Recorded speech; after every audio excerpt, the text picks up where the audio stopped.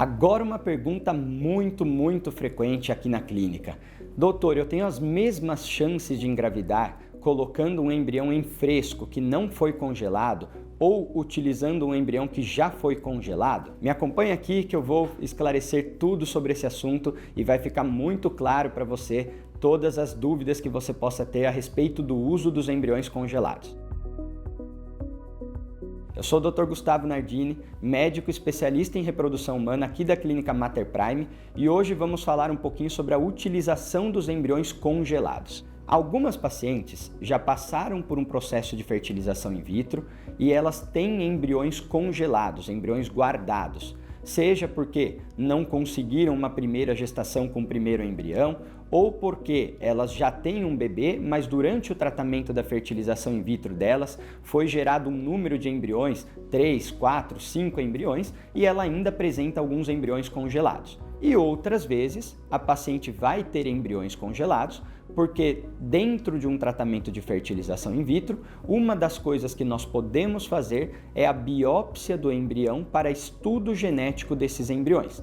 E nessa situação, na qual a paciente ou o médico em conjunto escolhem fazer a biópsia do embrião para fazer estudo genético do embrião, é obrigatório o congelamento desse embrião até que nós tenhamos o laudo do estudo genético desse embrião para saber se é ou não um embrião saudável que a gente vai poder utilizar para produzir uma gravidez. Então, se você tem embrião congelado, seja porque você já fez um tratamento e apresenta ali embriões guardados, ou porque você está se programando ou vai fazer um tratamento e deseja, por exemplo, fazer o estudo genético dos seus embriões e você terá que obrigatoriamente congelar esses embriões antes de colocar ele de volta no seu útero, é importante você saber que o uso desses embriões congelados, ele não traz prejuízo em relação ao uso de um embrião que não tenha sido congelado. Detalhe: isso é verídico, porém depende muito também da tecnologia, expertise e equipe que trabalhe dentro do laboratório que você vai utilizar. Diferentes taxas de gravidez são reportadas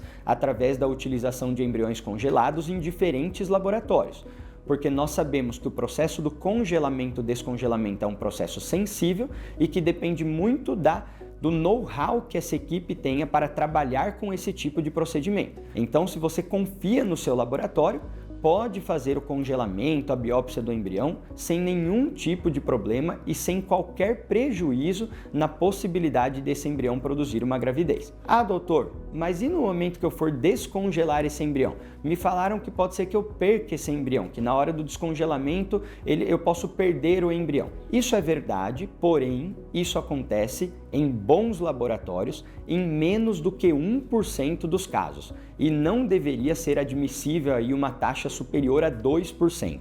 Então, um laboratório que tenha uma situação de controle e que seja muito boa a estrutura desse laboratório não vai ter uma taxa de perda superior a 1%.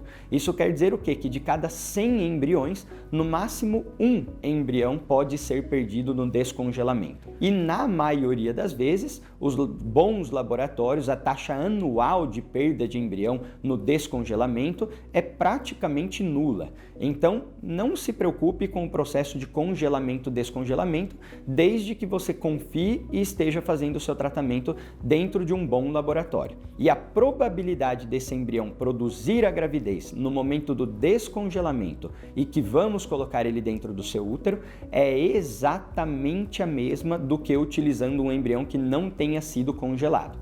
Muitas vezes é até maior. E por que é maior? Não é porque o embrião foi congelado que fica maior a taxa de gravidez, mas sim pelo fato de que quando congelamos o embrião, por exemplo, para fazer um estudo genético embrionário, nós vamos ter a certeza se aquele embrião é geneticamente saudável ou não.